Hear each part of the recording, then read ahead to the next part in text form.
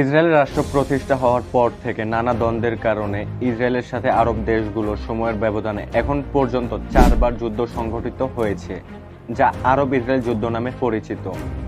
সর্বপ্রথম 1948 সালে Arab Israel যুদ্ধ সংঘটিত হয়।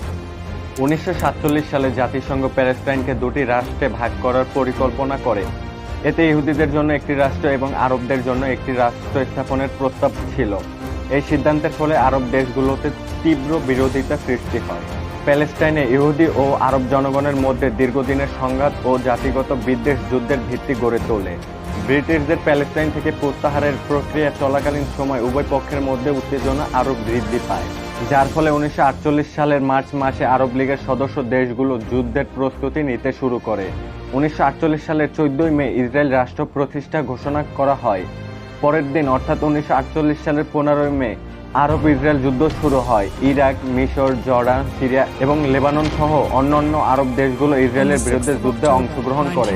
এই যুদ্ধে ইসরায়েলকে পরাজিত করতে ব্যর্থ হয়ে আরব রাষ্ট্রগুলো একে একে যুদ্ধ প্রত্যাহার করতে শুরু করে। 1949 সালের 24 ফেব্রুয়ারি সর্বপ্রথম মিশর যুদ্ধ প্রত্যাহার করে। তারপর 23 মার্চ লেবানন, 3রা এপ্রিল জর্ডান এবং সর্বশেষ 20 জুলাই সিরিয়া ইসরায়েলের সাথে যুদ্ধবিরতি চুক্তিতে স্বাক্ষর করে। আর এভাবে 1948 সালের 15 মে থেকে 1949 সালের 20 জুলাই 1 বছর লড়াইয়ের মাধ্যমে প্রথম আরব ইসরায়েল যুদ্ধের সমাপ্তি ঘটে। যুদ্ধের ফলস্বরূপ ইসরায়েল একটি স্বীকৃত রাষ্ট্র হিসেবে প্রতিষ্ঠিত হয় এবং ইসরায়েলের জন্য জাতিসংঘ কর্তৃক বর্ধিত ভূখণ্ড আরও বৃদ্ধি পায়। And I therefore formally declare Israel admitted to membership in the United Nations. এই যুদ্ধের সময় এবং পরে 7 লক্ষেরও বেশি প্যালেস্তাইনিরা তাদের ঘরবাড়ি ছেড়ে চলে যেতে বাধ্য হয়। এই যুদ্ধের ফলে আরব দেশগুলোর মধ্যে বিদ্বেষ বৃদ্ধি পায় এবং ভবিষ্যতে আরব ইসরায়েল সংঘর্ষের ভিত্তি স্থাপন করে। যুদ্ধের ফলে মধ্যপ্রাচ্যের মার্কিন যুক্তরাষ্ট্র এবং সোভিয়েত ইউনিয়নের প্রভাব বৃদ্ধির সূচনা করে।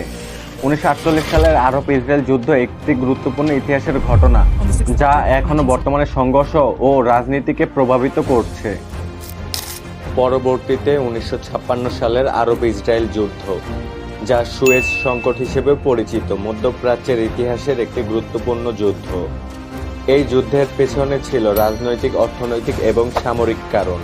প্রধানত মিশরের প্রেসিডেন্ট গামাল আবদেল নাসেরের সুয়েজ খালকে জাতীয়করণের সিদ্ধান্তই যুদ্ধের মূল কারণ হয়ে দাঁড়ায়। সুয়েজ খাল, যা পৃথিবীর অন্যতম গুরুত্বপূর্ণ জলপথ, ব্রিটেন ও ফ্রান্সের জন্য একটি কৌশলগত সম্পদ। 1952 সালে নাসেরের নেতৃত্বে একটি বিপ্লব ঘটে, যার মাধ্যমে মিশরের সরকার পরিবর্তিত হয়। নাসের এরপর দেশটির জাতীয়করণের পথে হাঁটেন এবং 1956 সালের জুলাই মাসে সুয়েজ খালকে জাতীয়করণের ঘোষণা দেন। এই সিদ্ধান্ত আন্তর্জাতিক মহলে তীব্র প্রতিক্রিয়ার সৃষ্টি করে। নাসেরের জাতীয়করণের সিদ্ধান্তের পর ব্রিটেন ও ফ্রান্স উদ্বিগ্ন হয়ে পড়ে। তারা ইসরায়েলের সঙ্গে গোপনে চুক্তি করে, যেখানে পরিকল্পনা করা হয় যে ইসরায়েল মিশরের উপর আক্রমণ করবে এবং ব্রিটেন ও ফ্রান্স যুদ্ধের অজুহাত হিসেবে মিশরের উপর হামলা চালাবে। 29 অক্টোবর 1956 সালে ইসরায়েলি বাহিনী গাজা উপত্যকায় আক্রমণ শুরু করে। তারা মিশরের সেনাবাহিনীকে পরাস্ত করার চেষ্টা করে। এর কিছুদিন পর ব্রিটেন ও ফ্রান্স তাদের সেনা পাঠিয়ে মিশরের বিরুদ্ধে সামরিক অভিযান শুরু করে, দাবি করে যে তারা সুয়েজ খালের নিরাপত্তা নিশ্চিত করতে চেয়েছে।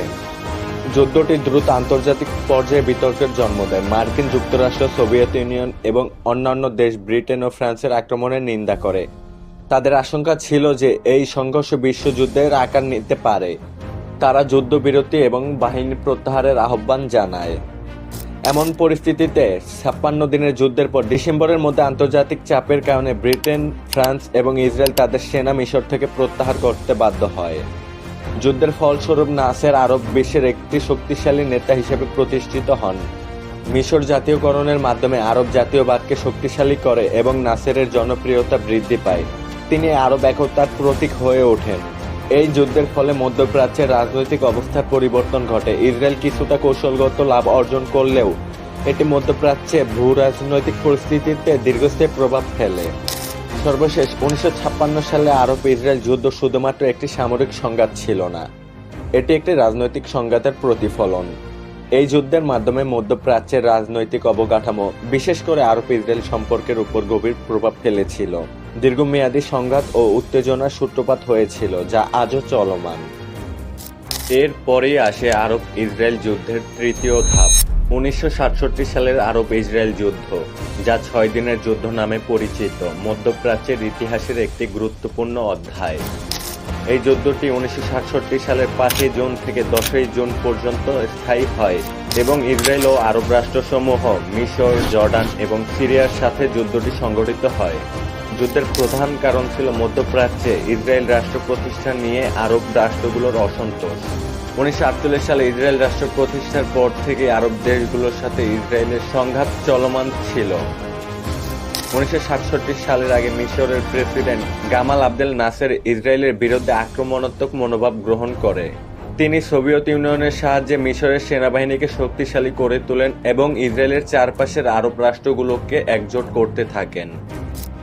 মিশরের তিরান প্রণালীর উপর নিষেধাজ্ঞা আরোপ করে, যা ইসরায়েলের জন্য একটি অর্থনৈতিক অবরোধ তৈরি করে। এছাড়া মিশর সানাই উপদ্বীপে জাতিসংঘ শান্তিরক্ষা বাহিনীকে প্রত্যাহার করে নেয়। এসব ঘটনার পরিপ্রেক্ষিতে ইসরায়েল মনে করে যে মিশর তাদের বিরুদ্ধে একটি বড় ধরনের আক্রমণের প্রস্তুতি নিচ্ছে। এরই পরিপ্রেক্ষিতে 5 জুন 1967 সালে ইসরায়েল প্রথমে মিশরের বিমান ঘাঁটিতে অতর্কিত আক্রমণ চালায়। এই আক্রমণের ফলে মিশরের প্রায় পুরো বিমান ঘাঁটি ধ্বংস হয়ে পড়ে। এরপর ইসরায়েল জর্ডান ও সিরিয়ার উপর আক্রমণ চালায়। যুদ্ধ চলাকালীন সময় ইসরায়েল দ্রুত সানাই উপদ্বীপ দখল করে এবং সুয়েজ খাল পর্যন্ত পৌঁছে যায়।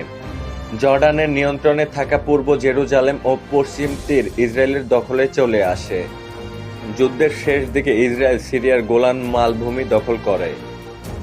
যুদ্ধটি মাত্র 6 দিন স্থায়ী হলেও এর পরিত্রাণ ছিল সুদূর প্রসারী। এই যুদ্ধের ফলে ইসরায়েল তার ভূখণ্ড 3 গুণ বৃদ্ধি করে, যার মাধ্যমে সানাই উপদ্বীপ, গাজা উপত্যকা, পশ্চিম তীর, পূর্ব জেরুজালেম এবং গোলান মালভূমির অন্তর্ভুক্ত ভূমি দখল করে নেয়। এই যুদ্ধ আরব দেশগুলোর জন্য একটি বড় পরাজয় এবং ইসরায়েলের জন্য একটি বিশাল সামরিক বিজয় হিসাবে চিহ্নিত হয়।